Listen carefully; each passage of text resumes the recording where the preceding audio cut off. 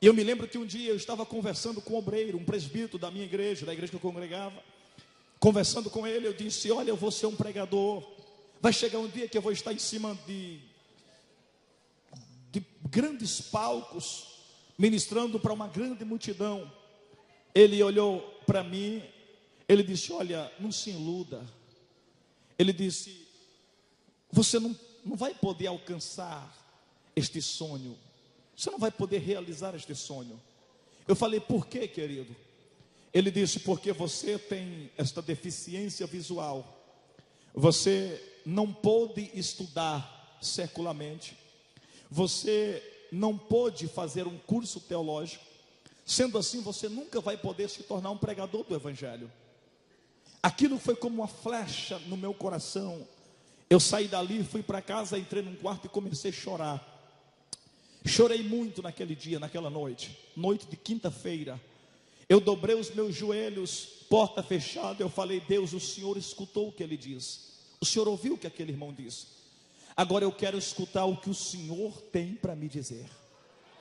A última palavra é Deus quem dá. O Espírito do Senhor falou comigo e disse: filho, fica 3 dias comigo aqui dentro, 3 dias sem comer e sem beber, e você vai ver o que eu vou fazer na tua vida. Era quinta-feira, eu dobrei os meus joelhos à noite e falei: Deus, então a partir de agora só vou sair daqui com a minha vitória. Amanheceu o dia, sexta-feira, eu fiquei o dia todo ali dentro. Anoitece a sexta, amanhece o sábado, amanhece o sábado, amanhece o domingo. Quando foi domingo à noite, dentro daquele quarto, eu escuto um barulho, o soar dos passos de alguém que vinha caminhando. E eu escutei aquele barulho, meu corpo começou a tremer, irmão. Porta fechada, eu sozinho dentro do quarto, meu corpo começou a tremer, eu caí no chão, fiquei tremendo. Perdi os movimentos dos braços, das pernas e fiquei sem fala. Depois eu comecei a entrar numa outra dimensão. E dentro daquela dimensão, um ser se apresenta para mim e disse assim: meu nome é Gabriel, eu assisto diante de Deus e vim te trazer uma mensagem do Pai. Ele disse: o Pai manda te dizer que o milagre vai acontecer na tua mente. O teu entendimento vai se abrir, de maneira que tu vais decorar livros, capítulos, versículos, histórias da Bíblia. Tu vais pregar ao ponto dos sábios e entendidos ficarem espantados. Pelas tuas mãos serão feitos milagres, sinais, prodígios e maravilhas. Ele tocou a palma da minha mão direita, esta mão aqui. Depois que ele tocou a palma da minha mão, ele tocou a minha boca. Alguma coisa foi colocada aqui dentro, eu não sabia o que era. Minha boca inchou, irmão, eu mastigava alguma coisa. E daquele dia em diante eu comecei a pregar a palavra do Senhor, como se houvesse feito teologia, como se houvesse estudado. E eu me lembro que depois de alguns dias, em casa eu tive um arrebatamento de sentido. E neste arrebatamento eu tive uma visão. Se apresenta para mim um homem, um moço, e ele chegou até a mim e disse: eu vim te trazer este anel. Eu falei: que anel é este? Ele disse: este é um anel de bacharel em teologia. E ele colocou esse anel no meu dedo. Quando eu despertei daquela visão, eu fiquei espantado com aquilo. Eu falei: Jesus, o que está acontecendo? Irmãos, eu comecei a pregar a palavra de Deus, comecei a viajar, comecei a receber convite, tudo muito rápido, coisa rápida, não foi questão de 2, 3 anos não, irmão, coisa rápida. 8 meses de crente, 8 meses de crente, eu preguei no primeiro congresso para mais de 2.000 pessoas. Naquela noite, pastor Francisco Pedro, acho que os irmãos que conhecem, pastor Francisco Pedro é quem ia estar pregando naquele congresso. Não deu para ele chegar, acho que perdeu o voo. E eu estava ali, o pastor disse assim: olha, você tem coragem de pregar no lugar dele? Eu falei: Jesus amado. E aí me colocaram para pregar naquele congresso. Muitos pastores ali em cima daquele púlpito. Preguei a palavra de Deus. Quando terminei, os pastores com um caderninho pegando meu telefone, fazendo agenda. E eu comecei a viajar, comecei a pregar a palavra de Deus, comecei a atender convites. Aleluia. Queridos, Deus vai fazer algo extraordinário na sua vida. Eu estou te contando isso porque eu estou te apresentando um Deus que faz, um Deus que opera, um Deus que realiza sonhos. Aleluia. Algumas pessoas chegam para mim, queridos, Já teve pessoas de um grande conhecimento na área secular, na área teológica, bacharéis em teologia, pessoas que são bem formados na área secular, chegam para mim e dizem: olha, da onde vem esse conhecimento? A gente conversa com você, você fala com a gente de igual para igual, de onde vem esta sabedoria? Eu levanto o dedo para o céu e digo assim: o meu Deus é a sabedoria personificada. Pessoas vêm me perguntar, irmão, quase todos os lugares que eu vou, pessoas vêm me perguntar: como é que você adquiriu isso? Da onde vem este conhecimento? Você é cego, você não lê, você não fez teologia, você não estudou. Da onde vem este conhecimento? Como é que você sabe estas coisas, irmão? Lá em casa, para você ter uma ideia, interessante que Deus não fez um milagre só na área teológica, só na área de Bíblia, não. Deus fez o milagre completo. Ele falou: vou te dar conhecimento, vou abrir a tua mente. E Deus fez o milagre e foi completo, até na área secular. Coisa que eu não sabia, irmão, não estudei para mim saber estas coisas. E de repente eu começo a conversar e eu percebo que se conjuga o verbo, que plural tem que ser com plural, singular com singular. E eu fico: Jesus, as pessoas dizem: você não estudou, como é que você sabe destas coisas? Alguém liga para minha casa, lá na nossa igreja, tem pessoas que estão cursando uma universidade, né, fazendo uma faculdade, ligam para minha casa para me fazer perguntas: pastor, eu estou com um probleminha aqui, me ajude a resolver um problema, eu não estou sabendo como é que resolve isso aqui, e me pergunta coisas que eles estão estudando lá dentro da universidade, irmão, e eu respondo para eles, ajudo eles a resolver os problemas, para responder lá as provas, né, as questões que vai cair nas provas. E as pessoas me perguntam: como é que você sabe estas coisas? Onde é que você aprendeu isso? Irmão, nem eu sei. Tem hora que eu estou conversando com alguém e eu começo a falar coisas e eu penso que estou falando coisa com coisa. Depois eu digo: Jesus, que negócio é esse? Onde é que eu aprendi isso? E as pessoas me perguntam: como é que você recebeu? Da onde vem? Como você aprendeu isso? Eu digo: não sei, irmão. Só sei que sei. Tem hora que eu falo coisas que nem eu sei como sei. Só sei que sei.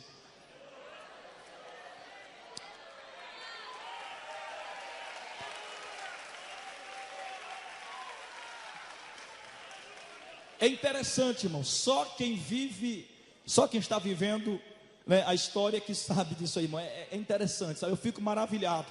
Aí quando passa aquilo, às vezes eu chego em cultos, eu chego em igrejas, começo a pregar, e quando estou pregando, começa a vir aquele monte de coisa na cabeça, e eu começo a falar, quando termino eu digo: Jesus, eu não sabia que eu sabia disso.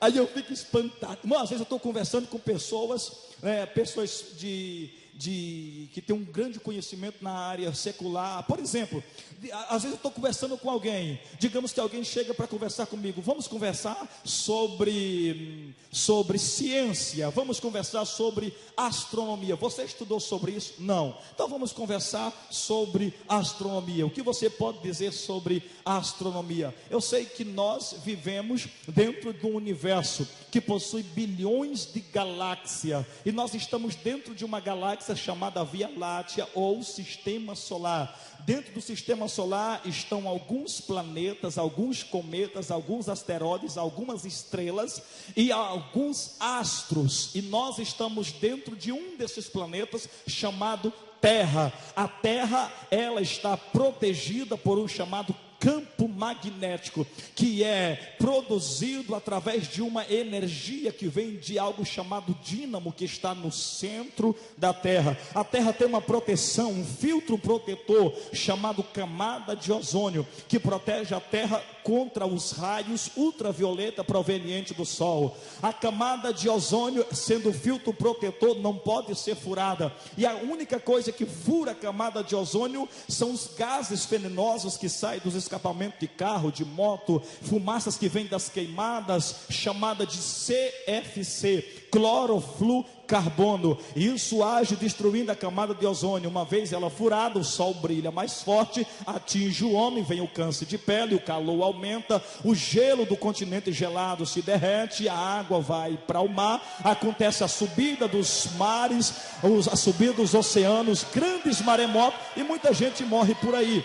Aí alguém chega: como é que você sabe? Eu não sei, irmão. Eu aprendo, não sei como, e de repente descubro que sei. O senhor sabe alguma coisa sobre, dentro da ciência, sobre vulcanologia, geologia, petrologia. Vamos conversar sobre isso. Vamos lá. O que é esse negócio aí? Então vamos dentro de um conhecimento científico. Eu não acredito nisso, mas a ciência ensina assim. Eu acredito que Deus criou todas as coisas, mas existe dentro da ciência existe um certo estudo que acredita que a Terra foi formada através de uma explosão. Eu não creio assim, mas lá diz que foi formada através de uma explosão chamada Big Bang, e diz que isso aconteceu há 400 bilhões de anos atrás. Nesse dia a Terra foi formada, quando a Terra ainda estava um pouco mole, acabara de ser construída e formada. Ela entrou em choque com um asteroide, uma grande bola de aço que chocou-se com a Terra, que estava ainda mole, e esse asteroide entrou para o centro da Terra. A Terra tem três partes: existe a crosta terrestre, que está edificada e alicerçada sobre placas chamadas placas tectônicas. Mais abaixo existe uma outra camada chamada de magma, que são pedras de metal e pedras de aço. E mais abaixo, a 6.300 quilômetros de profundidade, existe um lugar chamado núcleo, que é o centro da Terra. Ali, queridos, esta bola de ferro, de aço, se centralizou. Quando ela se choca com a Terra, algumas crateras se soltam e voam para o espaço. Depois de alguns bilhões de anos, se juntam e formam um satélite natural chamado Lua. Então, lá no centro da Terra, há um calor muito forte, um calor que chega a 5.700 graus Celsius. Ali há uma pressão extraordinária. Quando esse calor e esta pressão é agitado, então o magma desta terra, que são pedras, são derretidas, e a grande pressão joga ele para cima, e ele sai por um buraco que vem para o lado de fora da terra, que nós chamamos de vulcão. São lavas que saem, lavras que formam uma grande ilha, fenômeno da natureza. Isto é vulcanologia, isto é geologia, isto é petrologia. Como é que o senhor sabe estas coisas? Eu não sei, de repente eu descubro que sei e nem sei como aprendi, irmão.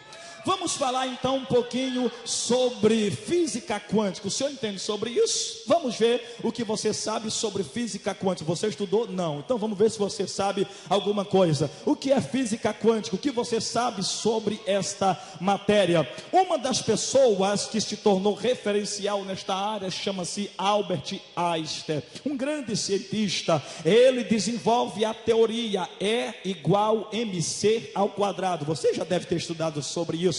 O que é E igual mc ao quadrado? É a energia e a massa se tornando a mesma coisa. Diz que a energia é o que movimenta um objeto, a massa é o peso do objeto. Sendo assim, energia é igual a massa vezes C, quer dizer, a velocidade da luz vezes o quadrado. Então isto é física quântica, e Einstein desenvolve esta teoria que um átomo de urânio, tendo massa no seu núcleo, poderia se explodir e desencadear uma reação em cadeia. Mas para se quebrar um átomo de urânio, gasta mais energia do que a energia que está dentro dele. Então Léo Szilard, um outro cientista, descobre que se extrairmos de uma partícula chamada partícula alfa, dentro dela existe uma outra partícula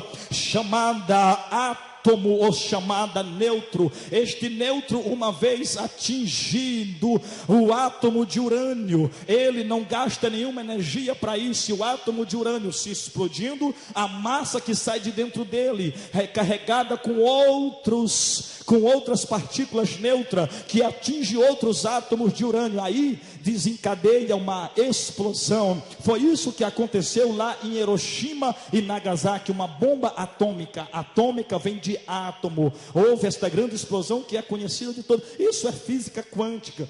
O senhor sabe alguma coisa sobre, vamos dizer, medicina, na área da medicina, sobre o corpo humano, que você sabe? Eu sei que o corpo se divide em três partes: cabeça, tronco e membro. Sei também que o corpo tem 5 sentidos: tato, olfato, visão, audição e paladar. Então, queridos, eu sei também que o corpo ele é movimentado através do sangue, que é bombeado pelo coração através de duas vias, via sistêmica e via pulmonar. O que é o sangue, pastor? O sangue é o fluido denominado plasma, que contém célula denominada corpúsculo. Calcula-se que o corpo humano contém cerca de 7 litros de sangue. Cada milímetro, por sua vez, contém cerca de 800 a 900 glóbulos brancos e cerca de 50 milhões de glóbulos vermelhos. Sendo assim, o sangue tem no corpo uma função especial. O sangue auxilia na reconstituição dos tecidos epiteliais quando são atingidos por enfermidades e doenças. O senhor estudou sobre isso? Não. Como é que o senhor sabe disso? Não sei. Só sei que sei.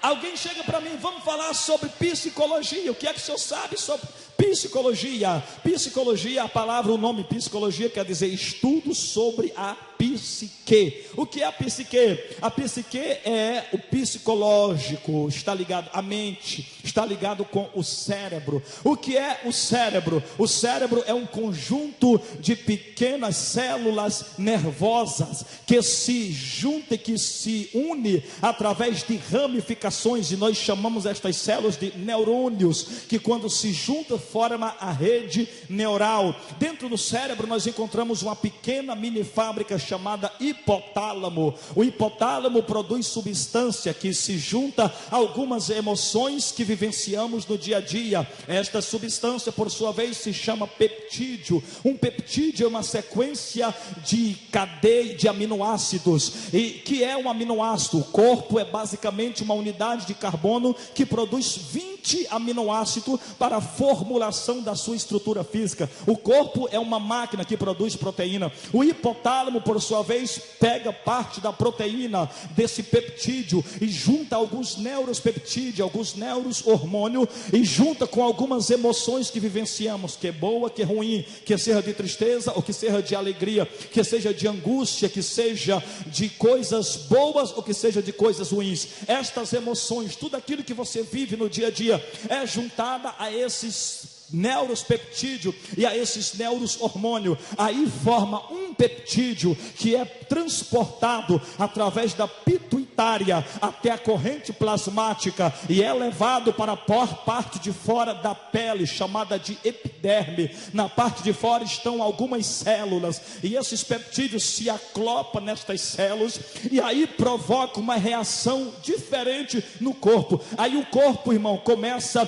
a fazer coisas que talvez fogem da lógica. Entra aí o homo bios, que vai de contradição ao homo sapiens. A lógica sai e a pessoa começa a entrar em estado de depressão. Pessoas começam a sentir vontade de ficar no lugar sozinho. Pessoas começam a sentir vontade de estar no escuro. Pessoas sentem vontade de ficar encabrunhada, cabisbaixa. Pessoas sentem vontade de morrer. São coisas que ele vivenciou, está vivenciando, que vai para o seu subconsciente ou para o seu consciente e gera esses peptídeos e provoca nele uma espécie de vício. O que é um vício? Um vício é uma sensação de um barato químico que correu por todo o corpo através de uma série de glândulas endócrinas e através do fluido espinal. Isso faz com que você desenvolva mais um do seu temperamento do que os outros. Nós temos 4 temperamentos: fleumático, melancólico, sanguíneo e colérico. Quando você desenvolve um mais do que o outro, esse então é o seu temperamento. Isso faz nos entender qual é a sua personalidade, isto é, psicologia. Como é que o senhor sabe destas coisas? Eu não sei, só sei que sei. Entender, irmão? Então são essas coisas que eu estou falando. Deus tem feito isso na minha vida e isso tem me espantado. Eu fico admirando a Deus. Senhor, tu és tão lindo, tu és extraordinário. Eu me lembro, irmãos, que um dia fui pregar numa igreja. Eu fui convidado para pregar numa igreja. Quando eu chego ali, o pastor me chama até o seu gabinete e o pastor disse assim: ei, quem te convidou para pregar aqui? Eu falei: um irmão da sua igreja. Hoje eu não faço mais isso, irmão, só vou se o pastor me convidar. Mas nesse dia eu fui convite de um irmão. Ele disse: olha, você tem que primeiramente me mostrar o seu sermão, mostrar o seu esboço, a mensagem que você vai trazer para o meu povo, para que eu possa observar e ver se você não vai dar qualquer coisa para o meu povo comer. Ele disse: primeiramente, qual o seu grau de escolaridade? Eu falei: nenhum. Você tem algum curso de teologia? Eu falei: também não. Ele disse: como é que você vai pregar para o meu povo? Ele disse: meu povo é muito bem ensinado, muito bem instruído. Ele apresentou tudo que ele era. Ele disse: olha, eu sou doutor em divindade, sou escritor de 7 livros, então a minha igreja é muito bem ensinada, e eu não posso colocar a igreja na mão de qualquer um, não posso deixar qualquer pessoa assumir o microfone para pregar qualquer coisa. Então você tem que me mostrar o seu sermão. Você disse que não tem teologia, não tem estudo, como é que você vai pregar na minha igreja? Aí chamou o irmão que me convidou e disse: você convidou esse moço? O irmão disse: sim, pastor, eu convidei, mas ele está me dizendo que não leu a Bíblia, que não tem teologia, que não tem estudo secular, como é que ele vai pregar na igreja? O irmão disse: não, pastor, mas ele conhece teologia, eu já vi ele pregando. O pastor disse: você conhece teologia? Eu falei: conheço. E como é que você conhece se você não estudou? Eu falei: não sei, só sei que sei.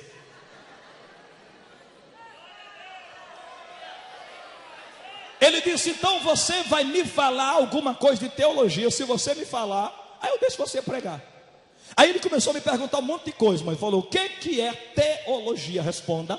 O que significa dentro da teologia? O que significa cristologia?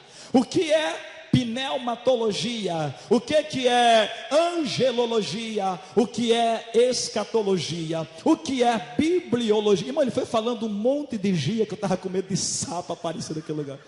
Jesus amado. Aí ele disse: me responde estas coisas e eu deixo você pregar na minha igreja.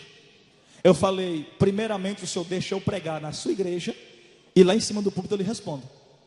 Ele disse: você não vai pregar enquanto não me responder. Eu falei: eu não lhe respondo enquanto o senhor não deixar eu pregar. Aí nós ficamos ali dentro, brigando. Ele disse: me responda. Eu dizia: eu só respondo se eu pregar.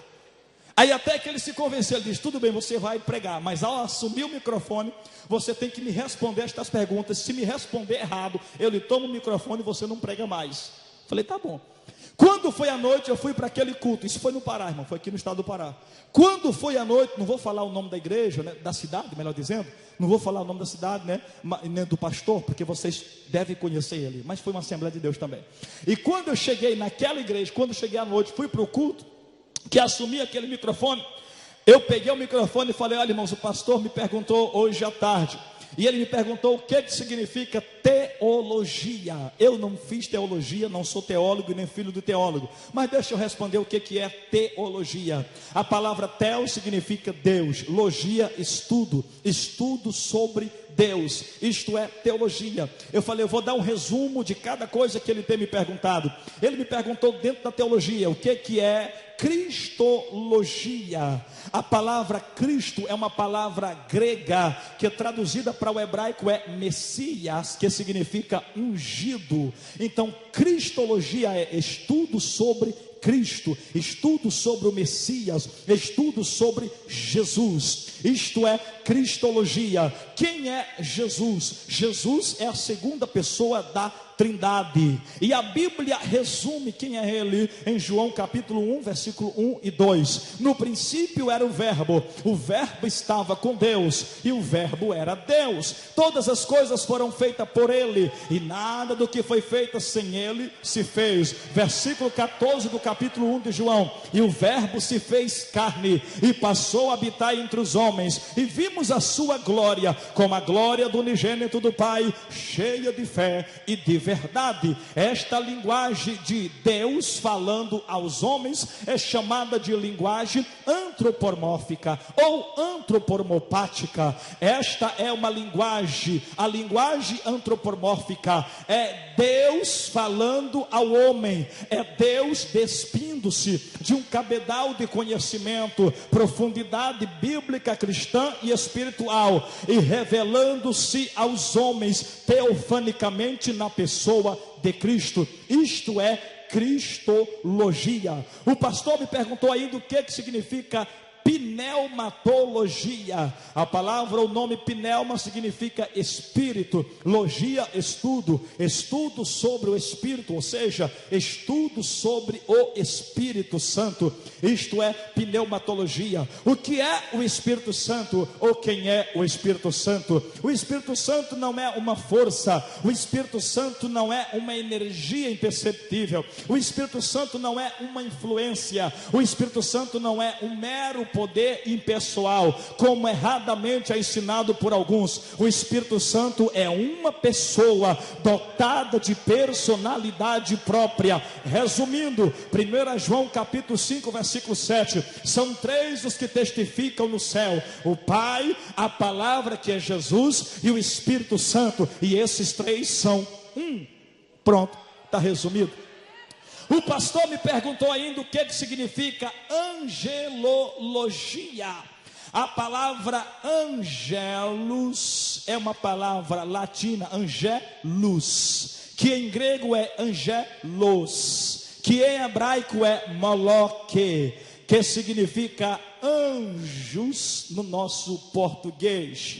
Angelologia, estudo sobre os anjos. Os anjos são seres celestiais que foram criados por Deus. Deus os dividiu em 4 classes, em 4 grupos. O primeiro grupo nós chamamos de mensageiros. São seres angelicais escolhidos por Deus para trazer mensagens aos homens na terra. A Bíblia faz menção de algum deles, trazendo mensagens a alguns homens que por aqui passaram. Nós temos vários exemplos na Bíblia de seres celestiais que veio trazer mensagem, veio confortar para se cumprir a Bíblia, que eles são um espírito ministradores e que hão de servir em favor daqueles que haverão de herdar a salvação. Há uma segunda classe chamada arcanjo. Na verdade, a palavra arcanjo ou arcanjo significa anjo principal, maioral sobre os anjos, superintendente do céu. A Bíblia não faz menção de arcanjos plural, a Bíblia faz menção de o arcanjo singular. A Bíblia dá o nome dele é Miguel. O nome Miguel significa quem é como o Senhor. É uma pergunta: quem é como o Senhor? Este é um ser que foi escolhido por Deus para estar na frente do exército, que foi designado para as grandes batalhas e as grandes pelejas. Este é o arcanjo Miguel. Há uma terceira classe destes seres tão extraordinários e magníficos em poder. A terceira classe é chamada de querubim. O nome querubim tem raiz em uma palavra ou em um nome hebraico, querube. Querube significa protetores. Então dá-nos uma ideia de que são seres de proteção, escolhidos por Deus para proteger tudo aquilo que é peculiar e exclusivo de Deus. A Bíblia diz que quando Deus expulsa o homem do jardim do Éden, Deus coloca querubins no jardim e uma espada flamejante rodeava o Éden. São anjos de proteção. Há uma quarta classe chamada de serafins. O nome serafim significa aqueles que ardem como fogo, aqueles que ardem em brasa. A Bíblia faz uma única menção destes seres extraordinários no livro do profeta Isaías, do capítulo 6. Isaías, no ano em que morreu o rei Uzias, entrou dentro do santuário e viu a glória do Senhor que encheu o templo, e ele viu Deus assentado sobre um alto e sublime trono, e os serafins estavam ao redor do trono. Cada um deles tinha 6 asas, com 2 cobriu o rosto, com 2 cobriu os pés, e com 2 voavam e clamavam um para o outro. Quem sabe em hebraico assim: Kadosh, Kadosh, Kadosh, Yahvé Sabaote, que quer dizer santo, santo, santo é o Senhor dos exércitos, e toda a terra está cheia da sua glória. Eu aproveito o ensejo e pergunto: só quem está cheio da glória de Deus aqui esta noite, levante a mão e dá um glória para Deus.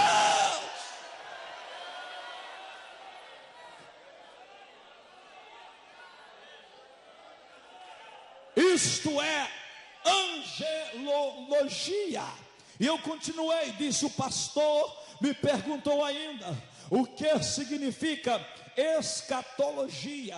A palavra escatologia significa estudo sobre as últimas coisas, tratado sobre os acontecimentos finais, isto é, escatologia. A escatologia é a matéria que fala dos acontecimentos futuros, que mostra o tempo final, um tempo de angústia, um tempo de aflição em escala mundial. Dentro desta matéria nós encontramos profecias como a de Daniel 9, 24 a 27. 70 semanas estão determinadas sobre o teu povo.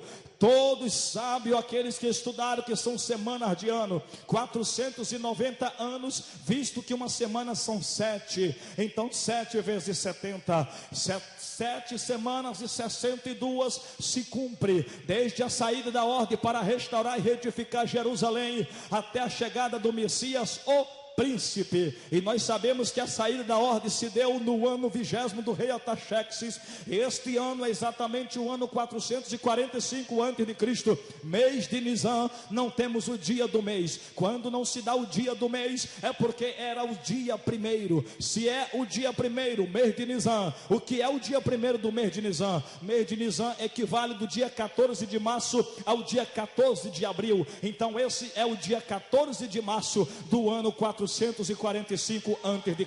Inicia então a semana 483, porque são 69 até a vinda do Messias. E se nós pegarmos 483 anos e multiplicarmos por dia, porque o calendário hebraico não é igual ao nosso calendário. No calendário hebraico o ano só tem 360 dias. Se multiplicarmos pelo calendário hebraico, vamos chegar ao total de 183.880 dias. E se começarmos a contar esses dias, o último dia vai dar exatamente no dia 6 do mês de abril do ano 32 depois de Cristo. E o dia 6 de abril de 32 depois de Cristo é exatamente o dia que Jesus entra em Jerusalém montado no jumentinho, e o povo dizia: Hosana ao rei, bendito é o que vem em nome do Senhor. A Bíblia não faz menção de outra vez que Jesus foi chamado de rei nos evangelhos, a não ser nesse dia,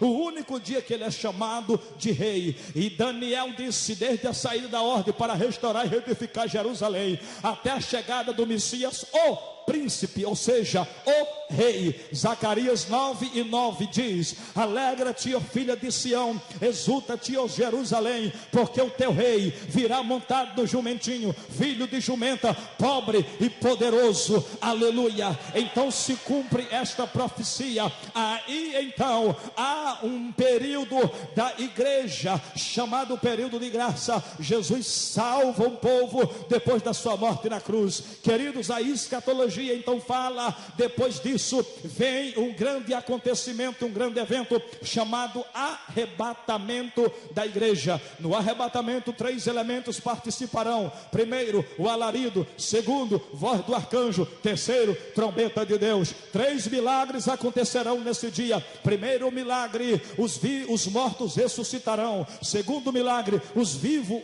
serão transformados. Terceiro milagre, a igreja será arrebatada. Isto é escatologia. Depois deste acontecimento, aí entra a última semana de Daniel, 7 anos que nós chamamos de grande tribulação. A última semana de Daniel é um espaço de 7 anos. Ora, em toda a história, Deus estabeleceu com o homem dispensações, e sempre na história, entre uma e outra dispensação, Deus estabelece um espaço de tempo para julgar e para trazer juízo sobre a humanidade. Quer ver uma coisa? Na primeira dispensação, a dispensação da inocência, lá Deus estabeleceu uma aliança chamada aliança edêmica. A dispensação da inocência foi até a queda do homem, e ali Deus abre um espaço de tempo para julgar o homem, para julgar a mulher e para julgar a serpente. Inicia a segunda dispensação, a dispensação da consciência. Nessa dispensação Deus estabelece com o homem uma aliança chamada aliança adâmica. A dispensação da consciência vai até a arca de Noé. Aí Deus abre um outro espaço de tempo para trazer juízo sobre a humanidade, trazendo dilúvio sobre a terra, matando toda a raça humana, exceto Noé, sua esposa, seus 3 filhos e suas 3 noras. Começa então a terceira dispensação, a dispensação do governo humano. Nesta dispensação, Deus estabelece com o homem uma aliança chamada aliança noética. A dispensação do governo humano vai até a Torre de Babel. Há um outro espaço de tempo de juízo. Deus está trazendo julgamento, julgando o homem, trazendo a confusão das línguas e os espalhando pela face da terra. Inicia agora a quarta dispensação, a dispensação patriarcal. Nessa dispensação, Deus estabelece com o homem uma aliança chamada aliança abraâmica. A dispensação patriarcal vai até a saída do povo de Israel do Egito, chegando no Mar Vermelho. Há um outro espaço de tempo, Deus trazendo juízo, fazendo a terra abrir a boca, engolindo o ímpio no deserto, julgando aquele povo. Então inicia a quinta dispensação, a dispensação da lei. Nesta dispensação, Deus estabelece com o homem uma aliança chamada aliança mosaica. A dispensação da lei, ela vai até João Batista, o último dos profetas. Há um outro espaço de tempo de julgamento, é Deus julgando a humanidade em Cristo que estava na cruz. Ele se fez maldição por nós, tomou nossos pecados e foi morto em nosso lugar. Aí começa a sexta dispensação, a dispensação da graça. Na dispensação da graça, Deus estabelece com o homem uma aliança chamada nova aliança. Essa dispensação vai até o arrebatamento da igreja. Aí começa um outro espaço de tempo que nós chamamos de última semana de Daniel, um tempo de tribulação. Esta semana se divide em 2 partes. Primeiro, 3 anos e meio de tribulação. Segundo, últimos 3 anos e meio de grande tribulação. Nos primeiros 3 anos e meio aparece o anticristo montado num cavalo branco em Apocalipse 6, quando abre-se o primeiro selo, e ele vem com o arco e uma coroa, vitorioso para vencer. Este é o anticristo, com uma paz camuflada, e ele fará um concerto com muitos, Daniel 9:27, e na metade da semana fará romper a oferta do sacrifício. Isto é, no meio da semana, 3 anos e meio, ele quebra o pacto, colocando a imagem dele no templo, fazendo com que os homens adorem a sua imagem. Aí ele entrega o poder dele à besta que subiu da terra, que tem 2 chifres, que vai governar na área política e na área religiosa. Israel é perseguido e vai para o deserto, aonde já tem lugar preparado por Deus para ser alimentado durante 42 meses ou 1260 dias, que equivale a 3 anos e meio. Então, depois que termina os 3 anos e meio finais, estão eles num lugar chamado Vale do Megido, que vai do Monte das Oliveiras até o Rio Jordão, chamada de Armagedon. O anticristo persegue Israel e ali se dá a última batalha. Jesus desce do céu montado num cavalo branco, pisa no Monte das Oliveiras, o monte se rasga para um lado e para o outro. Israel é salvo pelo meio dos seus montes, e Jesus derrota o anticristo com a sopro da sua boca e o resplendor da sua vinda. O anticristo é lançado no lago de fogo junto com o falso profeta. Aí inicia a última dispensação, a dispensação do milênio. A dispensação do milênio, Deus estabelece com o homem uma aliança chamada aliança messiânica. Esta dispensação tem a duração de 1000 anos, 1000 anos de paz. Quando termina os 1000 anos, o diabo que estava amarrado no poço do abismo é solto por um pouco de tempo, e ele engana as nações, Gog e Magog. Depois ele é levado diante do julgamento do trono branco, é lançado no lago de fogo, ele e todos os seus demônios. Depois vem todos os ímpios e todas as pessoas que se esqueceram de Deus, e todos aqueles que não foram achados seus nomes escritos no livro da vida, foram lançados para dentro do lago de fogo. Esta é a segunda morte. Termina o juízo final. João disse: agora eis que vejo um novo céu e nova terra, porque o primeiro céu e a primeira terra se passaram e o mar já não existe. E eu, João, vi a santa cidade, a nova Jerusalém, que de Deus descia do céu, adereçada e ataviada para o seu marido. E eu vi que em volta da cidade tinha muros, e nos muros tinham portas, e eram 12 portas, e nas portas os 12 nomes dos 12 apóstolos do Cordeiro. E na cidade eu vi o rio da água da vida, que nasce debaixo do trono de Deus, e a árvore da vida, o seus amos estava de uma a outra margem deste rio, e na cidade eu não vi templo, porque o Senhor Jesus é o seu templo, e eu não vi o sol, porque Deus é a sua luz, e o Cordeiro é a sua lâmpada. Estas coisas estão preparadas para aqueles que esperam a volta de Jesus, e aquele que testifica destas coisas diz: certamente cedo venho. Se você crê, então diga: Maranata, Maranata, ora vem Senhor Jesus.